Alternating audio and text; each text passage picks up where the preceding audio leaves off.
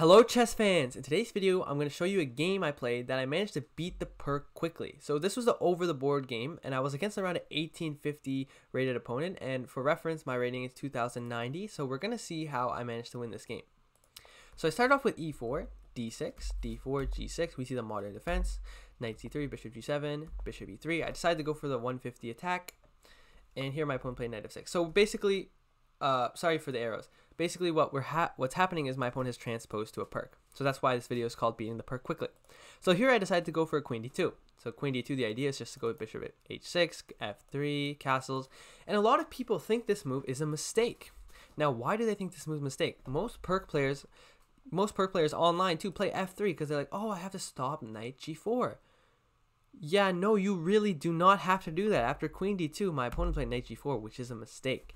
And the reason it's a mistake is because it loses a lot of tempos. So here I played bishop g5. They played h6, attacking my bishop. I moved it away. And here if they played g5, they create even more weaknesses. So they played c6. I played h3, attacking the knight. Knight has to go back. And now here I played f4. And let's take stock. Now it doesn't really make that much sense because we played bishop a3, bishop e3, and now we played f4. But I'm going to show you guys a different line of the Pirc. So for example, if my opponent here had gone knight f6, here one of the possible moves is bishop g5. And after bishop g7, here a possible move is this move f4. After h6, bishop h4, c6, notice we have an extremely similar position to the game. Now what are the two differences? Here I have the move queen d2, or after queen d2, here we get the exact same position. Only one difference, I already have the move h3. Now this line right here is already an incredibly dubious line. And my opponent played it down a tempo. That just shows you that knight g4 on this fourth move is not something you have to be afraid of. Just treat it like this and instantly you have up a tempo. Now during the game, I spent some time here because I couldn't entirely fully remember, but I knew this exact position here was at least at minimum a line of the bishop g5 Sicily or bishop g5 Pirc. And I kind of didn't even realize that I was getting h3 off. I just knew that c6 is not an accurate move against this line. So here my opponent played knight b7. And the idea, as you can see by the arrow, is to go for e4. So I played knight f3 to stop the move e5. My opponent played queen c7. And now you have to be careful. So white to move. How do you stop e5? Very tricky position. Make sure you don't play the wrong move. To any of you who said bishop g3, I'm sorry, this is definitely most certainly not the move, because here they have d5. And I think they're completely equalizing here because your bishop is just absolutely terrible. So the only way to stop e5, and e5 would be pretty equalizing because then they could trade off my center and they could open up their bishop. So the only way to stop it is e5 myself. And now here I thought they were going to take it, but instead they decided to go for the move knight d5. And here I spent a long time. Now when my opponent is down a space, as you can see here, I control most of the center and yeah, most of the spaces in terms of white here, in the hands of white here. So what you should really do is try to avoid trades. So basically I was only thinking to move this knight. And okay, on that principle, maybe you shouldn't take here because you don't want to do trades because of the fact that, okay, my opponent is down on space. Their pieces are a little bit stepping over each other's toes. So here I went for knight e4, which is basically the most principled human move. Avoid the trades because we're up on space. Now here, I think I should have considered knight takes d5 more. I had definitely highly considered this during the game, but for example, this sample line, I got to some position like this in the game. And what I didn't realize was black has no counterplay. What does black do? This bishop is horrible, terrible. This bishop is even worse than that bishop. They have the worst bishops on planet Earth. Meanwhile, my bishops are amazing here. So it was very hard to see this in the game, but yeah, black has no counterplay here. So that's definitely something that I should have gone for. But knight e4 is also a good move. And here my opponent went for b5. And yeah, I kind of showed you just my idea there, which was to take on e7. So I was threatening to go for c4 here, and so my opponent stopped it. Now, probably they should have gone takes to avoid the tactic. But after b5 here, see if you can find the tactic with bishop takes e7, as I kind of spoiled it already. So the tactic is after takes here, knight takes, you have e takes, forking the two pieces, and after here, takes, queen takes, you are in fact up a full pawn. Now, some people might be wondering, is this what you played? But it's actually not what I played. And it's for a very specific reason. After castle queenside, okay, you have to see this too, because if takes, now you win the queen. castle kingside, I didn't think this position was that good for me. Okay, let's look at the pros and cons of this position. I'm up a pawn. And that's about it, actually, because of the fact that I do not have any attack on the king side. It's going to be very hard to attack on the king side considering this fianchettoed bishop is here and I don't have any way to get rid of it. And he has a bishop pair too, and I feel like his attack is going to be a lot quicker with c5 coming. The bishop's going to become a monster, and I didn't really assess this position as much better for me. And the engine seems to agree with me. It doesn't say that move is the best move. In fact, the move I played is actually a better move. And the idea is to simply provoke more weaknesses. After b4, now this has become even better because he no longer has a way to break it. For example, if he pushes the pawns up, I can close it either way. So he won't have a big attack, and maybe I'll be able to get an endgame. Now here I got even greedier. I didn't go for the tactic, but not only that, I went for a5. And my idea was to get rid of the knight someday. If the knight ever moves, this knight, first of all, he doesn't have the b6 square anymore. And this pawn is very weak. And here I think my opponent really believed me a little bit too much and played the move a6. Now here the pawn becomes an incredible weakness. Okay, but here I still had to consider a lot of things. And here I saw the tactic bishop takes e7 still. And you notice in a lot of the time I didn't go for this tactic in the game. And it's for specifically one reason. I was a little bit too greedy because of the fact that I saw that I could get more pieces into the attack with this move bishop c4, which is the engine's second favorite move. But the idea was after takes, knight takes, now maybe I could flirt with the idea to take on d6 with the knight instead of the pawn with this fork. And also I was thinking if I castle, I can get a rook to e1 very quickly to threaten the queen as well. And here I thought my opponent was going to go for takes, and castles. This is the only thing really I was expecting, and I didn't see a win here. Now, thankfully for me, my opponent went for rook b8. And here again, I got a little too greedy. Here after takes, you can either take with the knight or the pawn. They're both good, but after pawn takes, which was the main move I was considering, here I just missed the move castles.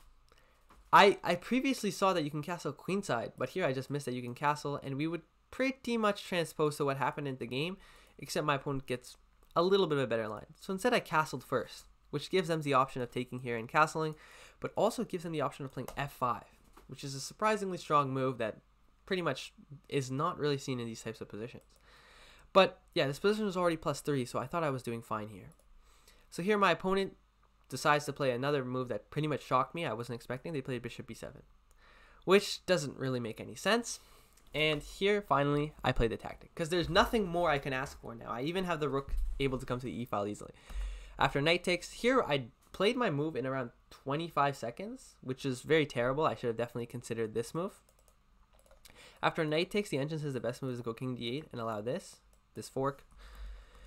Now, after takes here, the only move I was calculating is here, but after knight takes f7, rook h7, white to move and find a very nice, pretty move to end the game.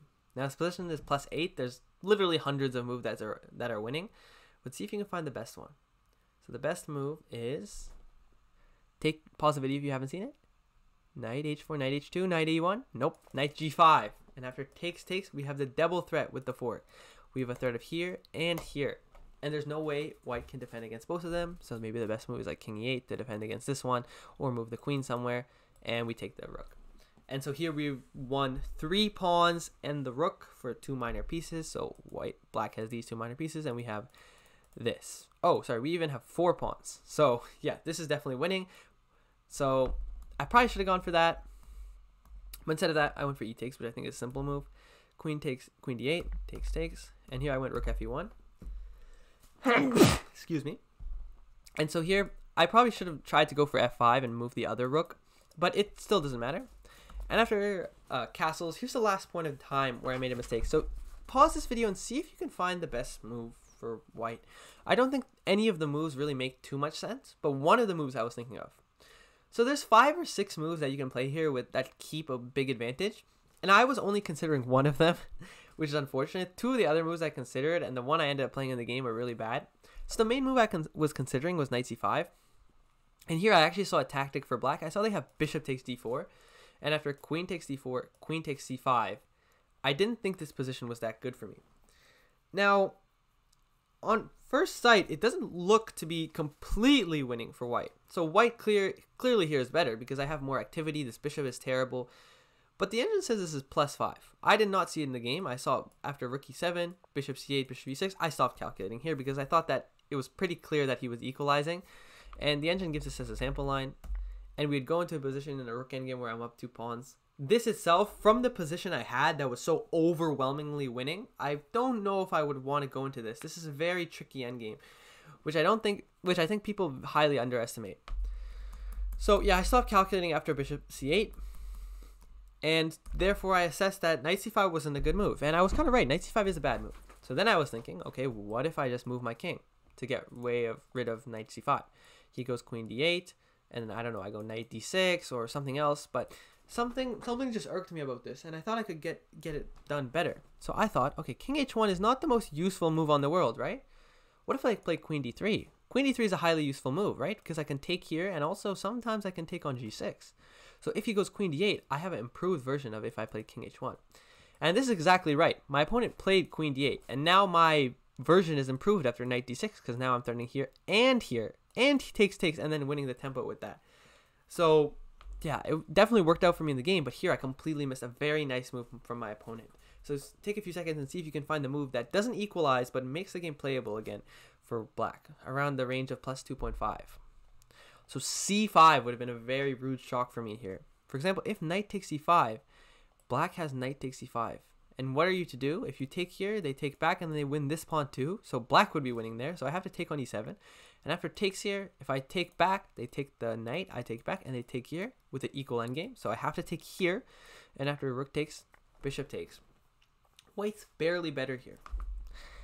So instead of that, I wouldn't want to really take here. This is not the greatest move. Instead, probably I should go knight e5. And here they should probably take. And after take, black is down 1 pawn. But they have the bishop pair. So it's not at all clear how easy this game is going to be. And yeah, I would have not liked to see this from my opponent. This is a very difficult endgame to win. And so thankfully for me, my opponent played queen d8 pretty quickly. And after knight d6, the position was basically over. So what I'm threatening now is just to take, and then take here, and I'll be up 2 pawns, not to mention this passer, not to mention you have 0 counterplay, you don't even have the bishop pair anymore. Instead of that, they were like, oh, I got to keep my bishop pair, and they went bishop a8, wish blunders, queen takes g6. I think they missed this pin. Queen f6, I took, and yeah, here if you can see a winning plan, I'll give you a few seconds. So the f7 pawn is weak, and I don't want him to develop it, like go rook d8, that would be really annoying. So either you play knight e5 or you play rook e7, which is what I ended up playing in the game, because after knight d5 I saw I could take and go knight e5. And yeah, it's a pretty simple game from here. My opponent went bishop f6, rook a7, and rook bd8. And this is the last moment. You can still lose the game here. Take a few seconds to see if you can find the winning move. And I think you should play your move pretty quickly here, because of the fact that there's a lot of tricky moves that you might blunder in a blitz game. So I calculated here, and I calculated that both these knight moves were losing. Now, one of these knight moves is losing, and the other isn't. But after knight takes here, or actually, let me go over the more obvious one. After knight takes here, black has bishop takes d4 with this fork. And this would be a terrible way to lose this game, from an absolutely winning position to the absolute depths of a terrible position down a rook. So I was really thankful that I saw that was losing. Now the other move that I thought was losing was knight takes here, because I thought after rook takes, if I take with the rook, my opponent has takes here. And I thought, okay, if I move my rook, I lose this pawn too. Now here I kind of missed that I have takes here, and after take here I'm still winning. I have 3 pawns right now for the bishop, as you can see by the dots, and I'm actually going to win another pawn after, for example, king f7, I have this fork. But again, this is not at all easy, and the engine says that this position is round about +1 from my +9 position. So yeah, no really need to go for this. And after this, apparently after rook takes f7, I could have also taken here, which I didn't see whatsoever, because after bishop takes d4 with this fork, I have king h1, and after here, the rook is actually hanging. So this would be winning for me. Okay, so yeah, I could have still done that. But instead, I played the killer move, rook takes a6. I think my opponent was pretty much hoping for me to do something like this, play some forcing move. But you just have to realize here that black does not have a move. I don't see what black does. Black's down 3 pawns. My knights are amazing. Their bishops are terrible. And here he resigned. So yeah, definitely a good game for me. And after this game, I won the tournament, because the person who had the same amount of points as me in the tournament actually lost their game. So yeah, very nice to get a win in a tournament. I haven't won a tournament in a long time. unfortunately, after pawn-wise, where I did very bad. But yeah, very nice to get a comeback win. And I think I managed to show that the Pirc is pretty dubious, even at the amateur level, because it's very difficult to play, and most people who play it don't really know the theory to even maintain okay. So yeah, take this as an example of how to beat knight f4, or sorry, knight g4, and yeah, I'll see you guys in the next video.